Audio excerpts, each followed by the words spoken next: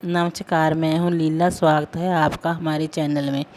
आज का विषय है निर्जला एकादशी संबंधी आपके सवालों के जवाब।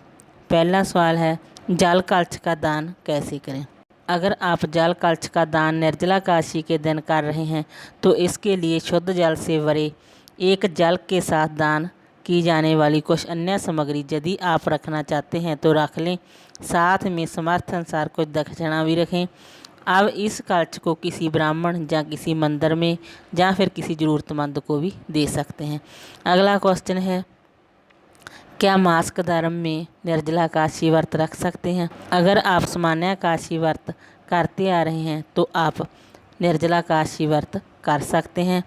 इस दिन पूजा आप ना करें, मानसिक पूजा आप कर सकते हैं। अगर आपने पहले कोई भी एकादशी व्रत नहीं रखा जो हर महीने आती है, अब आप निर्जला एकादशी व्रत रखना चाहते हैं तो मैं तो कहूँगी कि आप निर्जला एकादशी व्रत मासिक धर्म में शुरू ना करें। क्या निर्जला एकादशी में सूर्योदय से पहले जल पी सकते हैं। जी हाँ, निर्जला एकादशी के दिन सूर्योदय से पहले आप जल पी सकते हैं, परंतु सूर्योदय के बाद आप जल नहीं पी सकते। आपका पूर्ण तौर पर व्रत होगा। अगला क्वेश्चन, दान कब और किन चीज़ों का करें। मान्यता है कि व्रत के बाद दान करना बहुत ही शुभ होता है। दान आपको अपनी समर्थ अनुसार, अपनी क्षमता अनुसार ही करना चाहिए। इससे व्रत का पुण्य फल मिलता है। शास्त्रों के अनुसार निर्जला एकादशी के दिन विशेषकर जल, गाय, स्वर्ण, भूमि, वस्त्र या फलों का दान करना चाहिए। पंखे का दान भी कर सकते हैं। कहते हैं कि यदि आप आज के दिन संभव निर्जल रहकर जल का दान करते हैं तो आपको व्रत का पूर्ण फल मिलता है। दान आप एकादशी या द्वादशी के दिन पारण से पहले कभी भी कर सकते हैं। अगर एकादशी के दिन दान ना कर सके 2-3 दिनों के बाद दान कर सकते हैं। वैसे तो अगर आप एकादशी या द्वादशी के दिन दान करें तो अच्छी बात है। अगर आप किसी कारणवश नहीं कर सकते तो कोई बात नहीं। अगर आपका सूखा सामान है तो आप 2-3 दिनों के बाद कर सकते हैं। अगर आपका सामान खराब होने वाला है तो आपको एकादशी के दिन या फिर द्वादशी के दिन दान करना पड़ेगा। अगला क्वेश्चन, पानी कब और कैसे पिएं।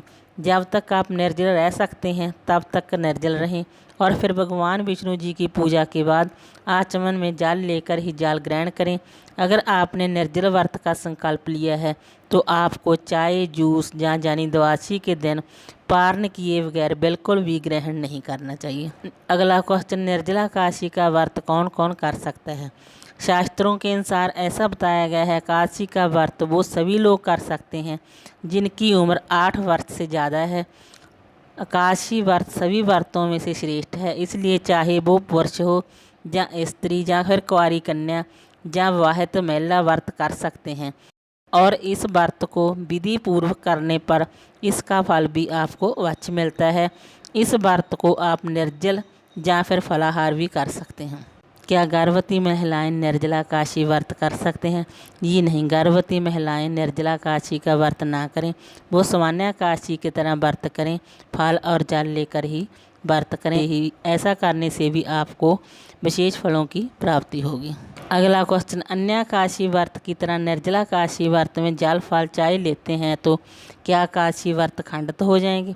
आपका एकादशी व्रत खंडित नहीं होगा। जो आप अन्य एकादशी व्रत करते हैं तो आपको उसका फल मिलेगा। निर्जला एकादशी का फल आपको निर्जल रहकर ही मिलेगा। अगला क्वेश्चन, क्या एकादशी के दिन तुलसी पत्ते तोड़ने चाहिए।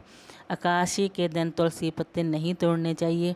एकादशी के दिन अगर आपको तुलसी पत्तर चाहिए हो तो आप एक दिन पहले तोड़कर रख सकते हैं। एकादशी के दिन आप भूलकर भी तुलसी पत्तर ना तोड़ें। अगला क्वेश्चन, क्या एकादशी के दिन तुलसी को जल दे सकते हैं। जी नहीं, एकादशी के दिन तुलसी को आप जल नहीं दे सकते क्योंकि तुलसी मैया उस दिन निर्जल एकादशी का व्रत रखती हैं, इसलिए आप एकादशी के दिन भूलकर भी तुलसी को जल ना दें। थैंक्स।